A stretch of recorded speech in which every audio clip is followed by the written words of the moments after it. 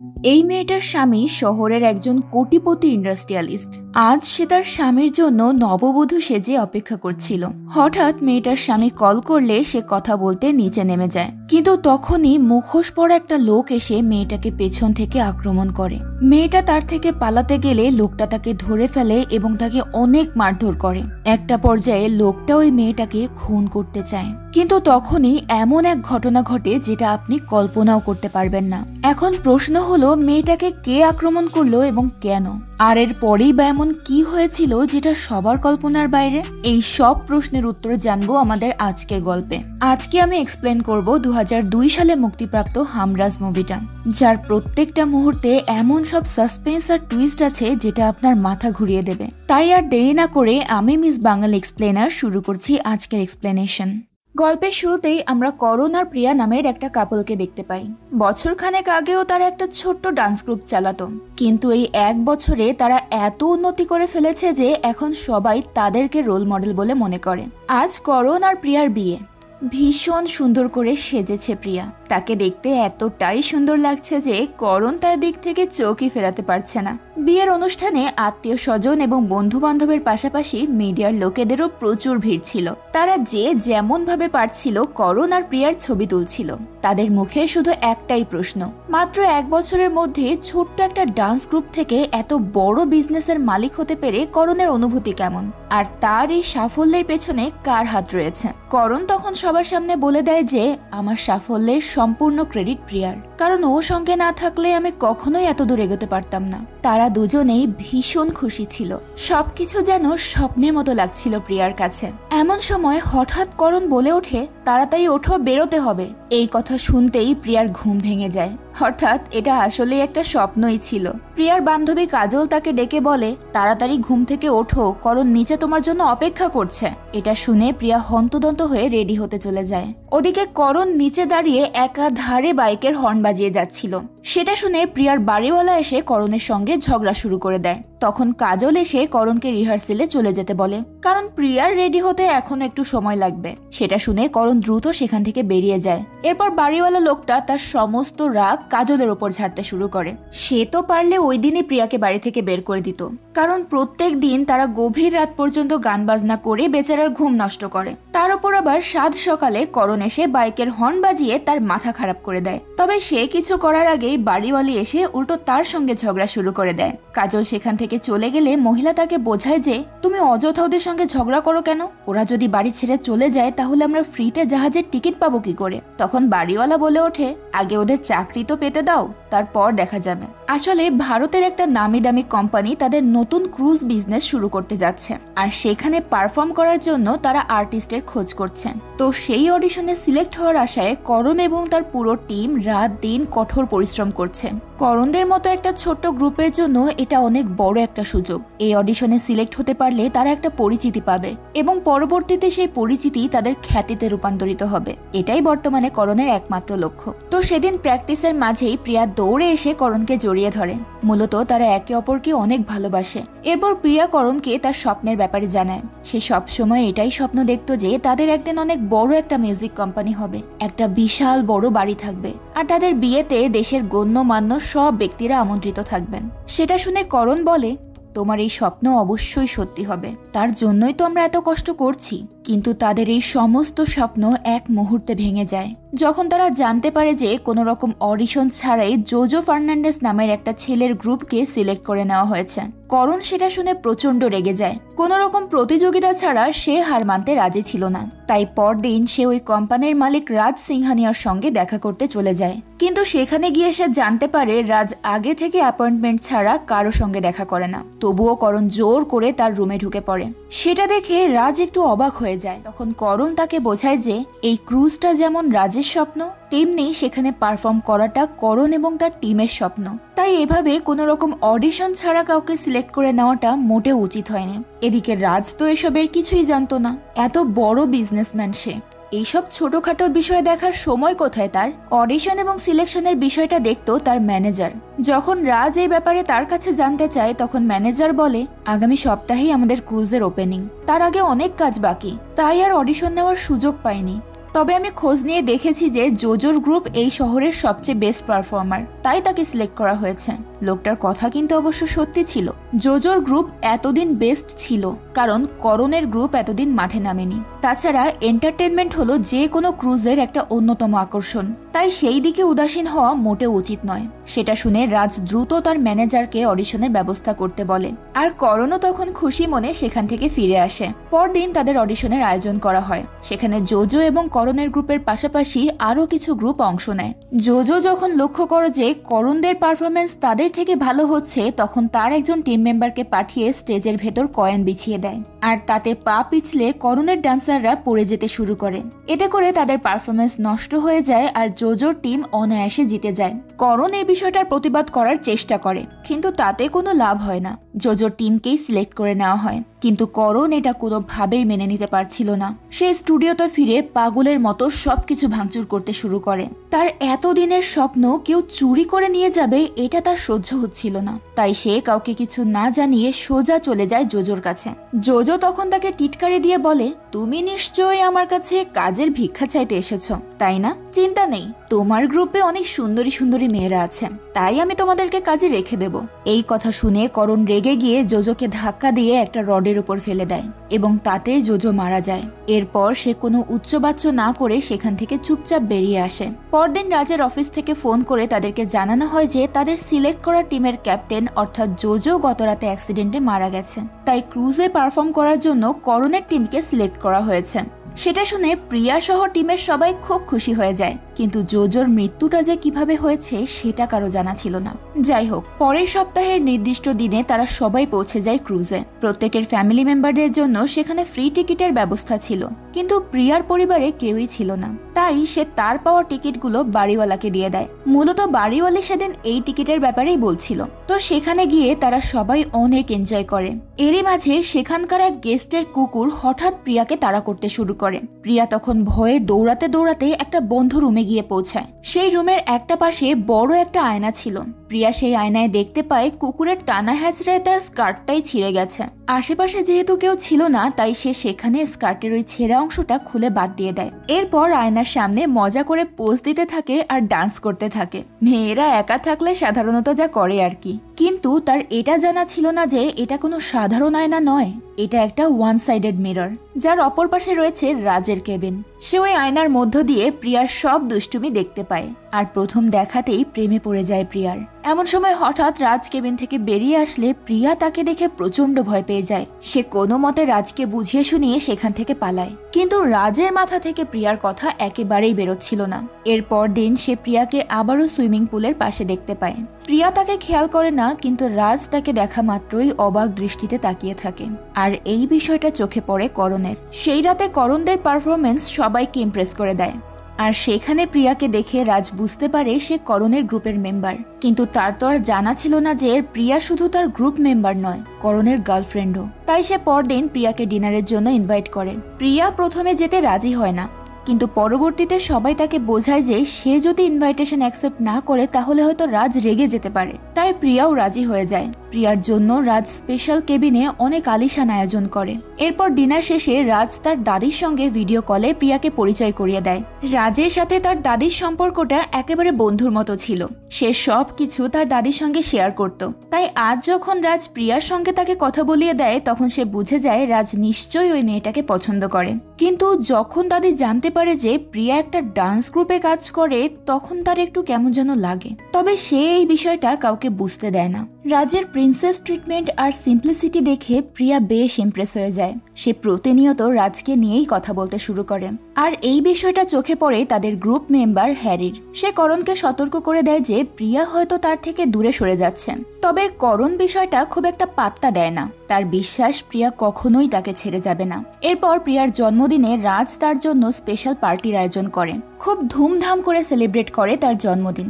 আর party শেষে তাকে বিয়ের জন্য প্রপোজও করে।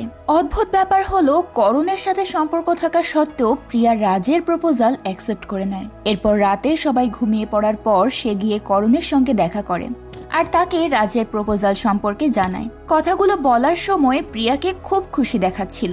সেটা দেখে তো রাজের ভীষণ ভেঙে পড়ার কথা। কিন্তু হয় ঠিক তার উল্টো। তার মুখে ফুটে ওঠে বিজয়ের হাসি। আর তখনই আমাদের সামনে একটা রহস্য ফাঁস হয়। আসলে প্রথম দিন যখন করণ বুঝতে পেরেছিল রাজ প্রিয়াকে পছন্দ করতে শুরু করেছে, তখনই তার মাথায় একটা অদ্ভুত প্ল্যান আসে। প্ল্যানটা ছিল প্রিয়াকে একরকম রাজের পেছনে লেলিয়ে দিয়ে তার কাছ থেকে সম্পত্তি এবং টাকা পয়সা হাতানো। তবে পুরো প্ল্যানটা কি তা আমরা ধীরে ধীরে জানতে পারবো। তো রাজের প্রপোজাল নিয়ে যখন করণ আর প্রিয়া উল্লাসে মেতেছিল, তখনই বিষয়টা দেখতে পায় হ্যারি। সে আড়াল থেকে করণদের কথা শুনে বুঝে যায় করণরা প্ল্যানিং করে রাজকে ধোকা দিচ্ছে।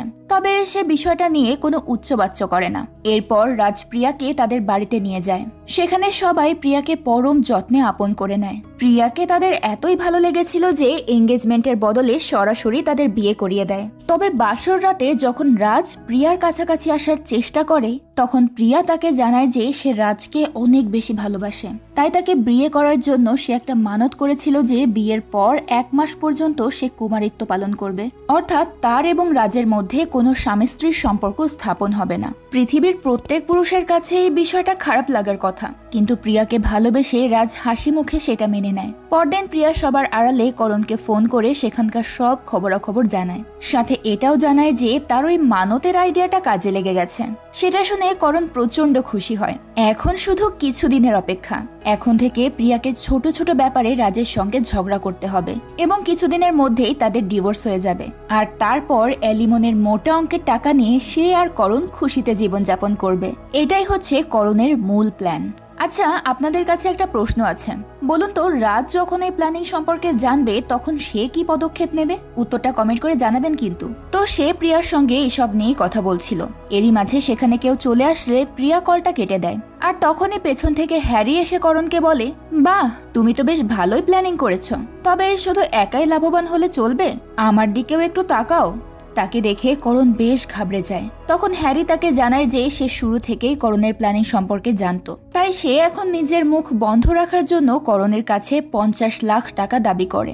যদি করণ 15 দিনের মধ্যে ওই টাকা না দিতে পারে, তাহলে সে সোজা পৌঁছে যাবে রাজের কাছে। করণ তখন একটু চিন্তায় পড়ে যায়। 50 লাখ তো দূরের কথা, তার কাছে তো 50,000 টাকাও নেই। তবুও সে হ্যারিকে আশ্বস্ত করে যে সে যে কোনো ভাবে টাকা জোগাড় করে ফেলবে। তাছাড়া টাকার খনি তো তার হাতের মুঠোতেই আছে। সে যেভাবে কলকাঠি নাড়বে সেভাবেই তার হাতের পুতুল নাচতে থাকবে। এখান থেকে এই বিষয়টাও পরিষ্কার হয়ে যায় যে করণ আসলে কখনোই প্রিয়াকে মন থেকে ভালোবাসেনি। প্রথমে তাকে পটিয়েছে টিমের সবচেয়ে সুন্দরী মেয়ে হওয়ার কারণে, আর এখন তাকে নিজের স্বার্থে ব্যবহার করছে। যাই হোক, বিয়ের সব আনুষ্ঠানিকতা শেষে রাজ প্রিয়াকে নিয়ে তাদের মুম্বাইয়ের বাড়িতে চলে আসে। এমন রাজকীয় বাড়ি দেখে প্রিয়া অবাক হয়ে যায়। এমন একটা বাড়ির স্বপ্নই তো সে সবসময় দেখতো, আর আজ সেটা পূরণও হয়ে গেছে। কিন্তু করণের সঙ্গে নয়, অন্য কারোর সঙ্গে। প্রিয়ার প্রতি ভালোবাসা এবং কেয়ার দেখে প্রিয়ার মনেও ধীরে ধীরে অনুশোচনা হতে শুরু করে যে সে আর করণ যে কাজটা করছে সেটা হয়তো ঠিক হচ্ছে না। রাজ অনেক ভালো একজন মানুষ, আর তাকে অনেক ভালোবাসে। তবে এটাও তো ভুললে চলবে না যে সে বিয়েটা করেছে করণের কথাতে, রাজকে ভালোবেসে নয়। তো এরপর একদিন প্রিয়া করণের সঙ্গে তার বাড়িতে দেখা করতে যায়। করণ খুব এক্সাইটেড হয়ে বলে, আর তো মাত্র কয়েকটা দিন, তারপরেই তোমার ডিভোর্স হয়ে যাবে। সেটা শুনে প্রিয়া বলে ওঠে, ডিভোর্সটা হবে কিভাবে? তুমি বলেছিলে যেন রাজের সঙ্গে কথায় কথায় ঝগড়া বাঁধাই, কিন্তু ঝগড়া করব কি নিয়ে? ও আমাকে এত ভালোবাসে, এত কেয়ার করে, আমি যা বলি সব কথা মেনে নেয়। ঝগড়া বাঁধানোর তো কোনো উপায় নেই। তখন করণ বলে, চিন্তা করো না, তোমার ঝগড়া করার কোনো দরকার নেই। আমরা 2-1 দিনের মধ্যেই কোর্টে তোমার ডিভোর্স কেস ফাইল করব এবং সেখানে কারণ হিসেবে বলবো বিয়ের 1 মাস পার হয়ে যাওয়ার পরেও তোমার স্বামী তোমাকে স্পর্শ পর্যন্ত করেনি। আমাদেরকে শুধু এটা প্রমাণ করতে হবে যে তোমার স্বামী পুরুষত্বহীন। ব্যাস, তাহলেই কাজ হয়ে যাবে। তার এই কথা শুনে প্রিয়া একেবারে শকড হয়ে যায়। সে কিছু বলার ভাষা খুঁজে পাচ্ছিল না। এরপর করণ বলে, তুমি আগামীকাল এসে ডিভোর্স পেপারে সাইন করে দিয়ে যেও, তারপর আমাদের কাজ শুরু হয়ে যাবে। প্রিয়া তখন কোনো কিছু না বলেই চুপচাপ সেখান থেকে বেরিয়ে আসে। বাইরে বেরিয়ে সে আনমনে এসব বিষয় নিয়ে ভাবতে ভাবতেই রাস্তা দিয়ে হেঁটে যাচ্ছিল। তখনই হঠাৎ তার বড় একটা অ্যাক্সিডেন্ট হয়ে যায়। গত ভিডিওতে যারা সঠিক উত্তর দিয়েছে তাদের নাম হলো মায়া ক্যালিফোর্নিয়া থেকে, হামজা প্যারিস থেকে, আর সুদীপ্ত দাস কলকাতা থেকে। আর তারপর তাকে হসপিটালে অ্যাডমিট করা হয়। রাজ তার এই অবস্থা দেখে ভীষণ ভেঙে পড়ে। ডক্টর প্রিয়াকে চেক করে জানায় যে বাইরে থেকে তেমন আঘাত লাগেনি, তবে ইন্টারনাল কোনো ক্ষতি হয়েছে কিনা এটা জ্ঞান ফেরার সময়ের ওপরেই ধারণা করা যাবে। যদি 24 ঘন্টার মধ্যে জ্ঞান ফিরে আসে তাহলে ধরে নিতে হবে কোনো সমস্যা হয়নি, আর যদি সেটা না হয় তাহলে হয়তো প্রিয়া কোমায় চলে যেতে পারে। এই কথা শুনে রাজের মাথায় যেন আকাশ ভেঙে পড়ে। এই তো তারা একসাথে সুখের সময় কাটাতে শুরু করেছিল, আর এখনই এত বড় একটা বিপদ। কোনোভাবেই বিষয়টা মেনে নিতে পারছিল না সে। তবে সৌভাগ্যবশত 24 ঘন্টা পরেই প্রিয়ার জ্ঞান ফিরে আসে এবং ডক্টর চেক করে জানায় প্রিয়া একেবারে সুস্থ আছে।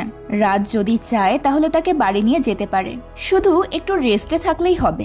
এই কথা শুনে রাজ খুশি মনে দৌড়ে চলে যায় প্রিয়ার সঙ্গে দেখা করতে। প্রিয়াকে সুস্থ দেখে সে যেন খুশিতে আত্মহারা হয়ে গিয়েছিল। সে তাড়াতাড়ি করে প্রিয়াকে বাড়ি নেওয়ার ব্যবস্থা করতে শুরু করে, আর সেই সুযোগে করণ আসে প্রিয়ার সঙ্গে দেখা করতে।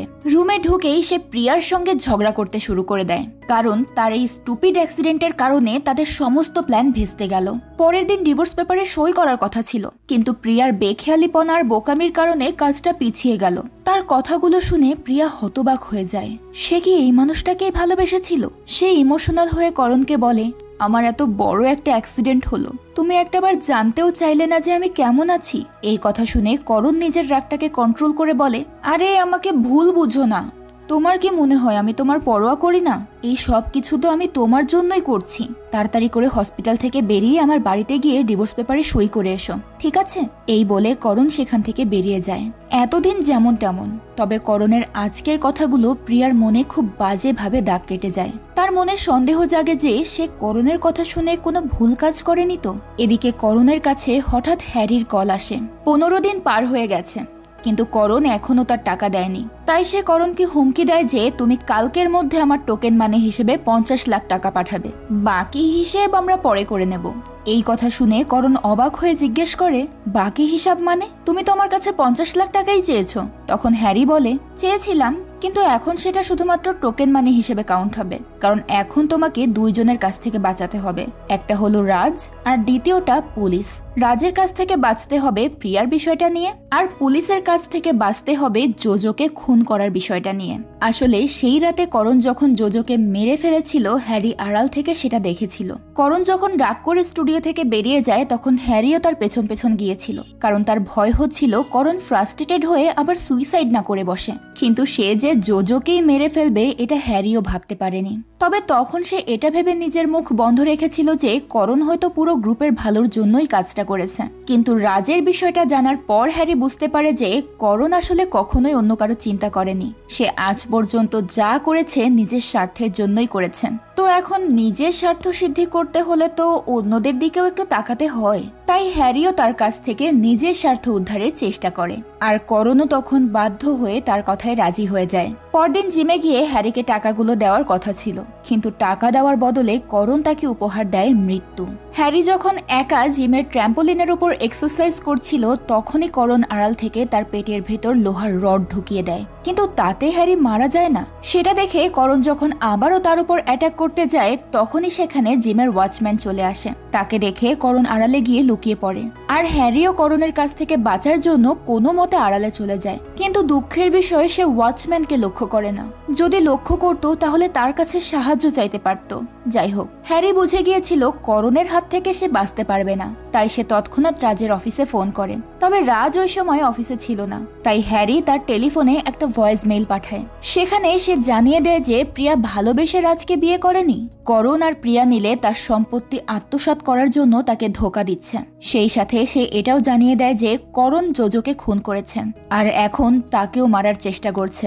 তবে এই বিষয়টা করণ খেয়াল করে না। কিছুক্ষণের মধ্যেই ওয়াচম্যান সেখান থেকে বেরিয়ে গেলে করণ আবারও বাইরে এসে হ্যারির উপর অ্যাটাক করে এবং এবার তাকে প্রাণেই মেরে ফেলে। এদিকে প্রিয়া হসপিটাল থেকে ডিসচার্জ পাওয়ার পর বাড়ি ফিরে জানতে পারে রাজ 2 দিন ধরে খাবার খাচ্ছে না। সে কৌতূহলবশত রাজের কাছে গিয়ে এই ব্যাপারে জানতে চাইলে রাজ তাকে জানায় যে প্রিয়ার সুস্থতার জন্য সে 2 দিন নির্জলা ব্রত পালন করার মানত করেছে, অর্থাৎ এই 2 দিন সে পানিও মুখে নেবে না।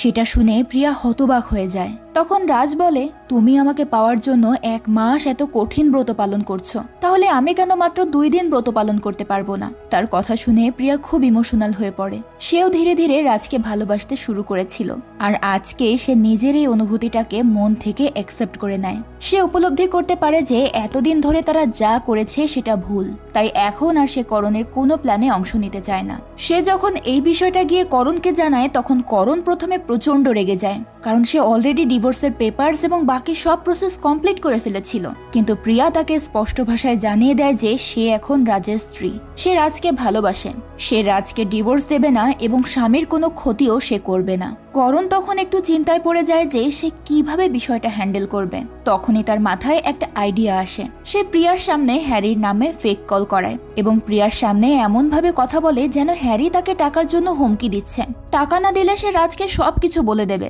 এখন প্রিয়া তো আর জানতো না যে হ্যারি মারা গেছে, তাই সে করণের সব কথা বিশ্বাস করে নেয়। তখন করণ বলে, তুমি প্লিজ যেভাবেই হোক 50 লাখ টাকা জোগাড় করো, না হলে তোমার সংসার ধ্বংস হয়ে যাবে। আমি চাই না তোমার সুখের সংসার নষ্ট হোক, কারণ তোমার খুশিতেই আমি খুশি। তখন প্রিয়া টেনশনে পড়ে যায় যে এত টাকা সে কিভাবে জোগাড় করবে, কারণ টাকা পয়সার হিসাব কিতাব তো রাজ দেখাশোনা করে, তার কাছে তো কোনো দায়িত্ব নেই।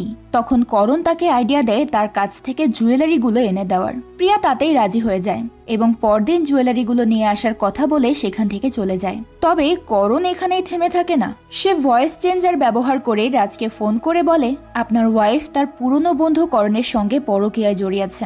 বিয়ের আগেও তাদের সম্পর্ক ছিল, তারপরেও প্রিয়া শুধুমাত্র টাকার জন্য আপনাকে বিয়ে করেছে। কিন্তু রাজ সেই কথা মানতে চায় না। তখন করণ বলে যদি বিশ্বাস না হয় তাহলে আগামীকাল বিকেলে করণের বাড়ি পৌঁছে যাবেন, সেখানেই চাক্ষুষ দেখতে পারবেন যে আপনার দেওয়া টাকা পয়সা আর গয়নাগাটি কিভাবে আপনার ওয়াইফ তার প্রেমিকের পেছনে লুটাচ্ছে। রাজের মনে তখন একটু কৌতূহল জাগে, তাই সে পরদিন সত্যি সত্যি প্রিয়াকে ফলো করতে করতে করণের বাড়িতে পৌঁছে যায়। প্রিয়া যখন করণকে ওই গয়না ভর্তি ব্যাগটা দিচ্ছিল, রাজ আড়াল থেকে সেটা দেখে ফেলে এবং পরিষ্কার হয়ে যায় যে প্রিয়া আসলেই তাকে ধোঁকা দিচ্ছে। তখন প্রিয়ার প্রতি এক আকাশ সমান রাগ জমে তার মনে। বাড়ি ফিরে সে পাগলের মতো সবকিছু ভাঙচুর করতে শুরু করে।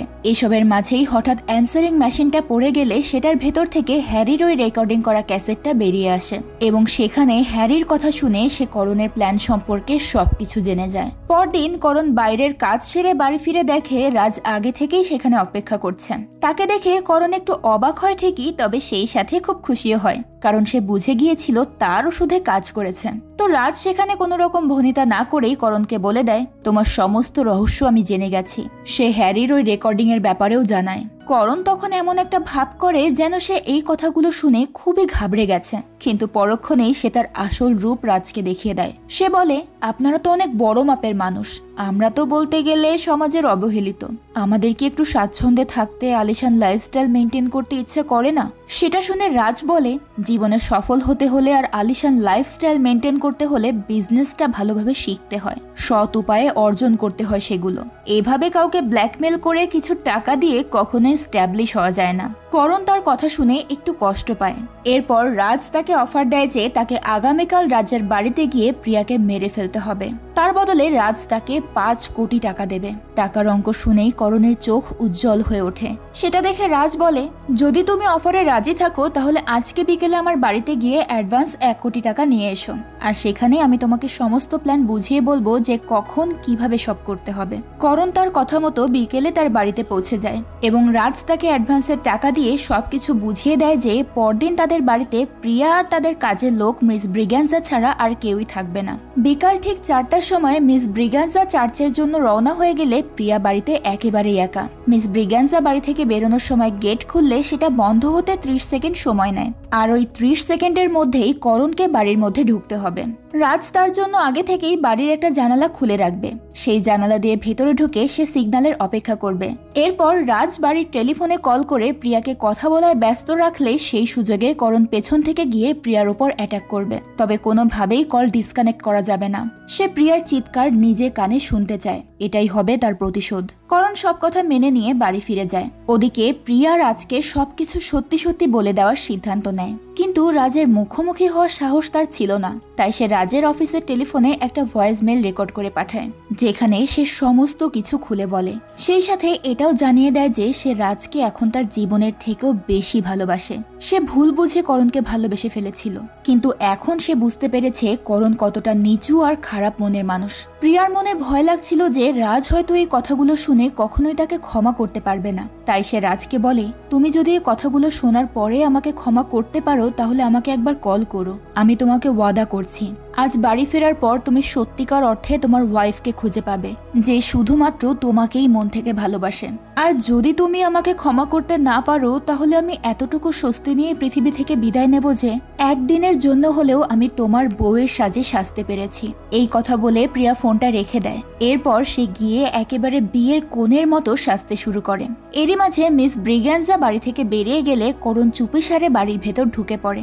আর পরক্ষণে ল্যান্ডলাইনে রাজের ফোন আসে।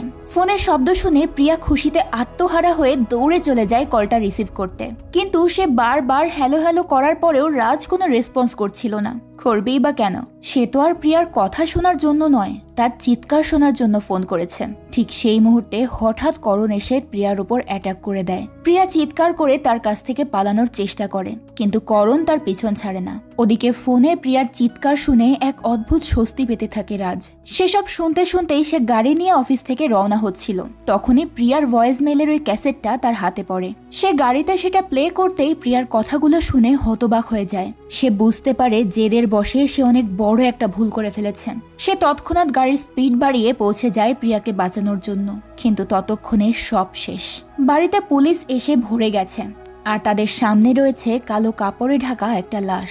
রাজ সেটা দেখে ভীষণ ভেঙে পড়ে, কিন্তু পরক্ষণে সে লক্ষ্য করে প্রিয়া আহত অবস্থায় সোফায় শুয়ে আছেন। সেটা দেখে রাজ একটু স্বস্তি পায়। তখন পুলিশ এসে তাকে জানায় যে কেউ একজন প্রিয়ার উপর অ্যাটাক করেছিল, তবে করণ সঠিক সময়ে এসে কিলারকে মেরে প্রিয়াকে বাঁচিয়ে নিয়েছে। এই কথা শুনে রাজের পায়ের নিচ থেকে একেবারে মাটি সরে যায়। সে ভেবেই পাচ্ছিল না এই নতুন কিলার আবার কোথা থেকে এলো। আর তখনই করণের আরো একটা চালাকি সামনে আসে। সে সবকিছু রাজের প্ল্যানিং অনুযায়ী করে ঠিকই, তবে নিজের জায়গায় অন্য একটা চোরকে টাকার লোভ দেখিয়ে প্রিয়াকে মারতে পাঠায় এবং পরবর্তীতে সেই চোরকে খুন করে প্রিয়াকে বাঁচিয়ে এক ঢিলে দুই পাখি মারে। কিভাবে বলে দিচ্ছি। প্রিয়ার জীবন বাঁচিয়ে সে প্রিয়ার কাছে হিরো হয়ে যায়, আর সেই সাথে রাজকে ব্ল্যাকমেল করার একটা সুযোগও পেয়ে যায়।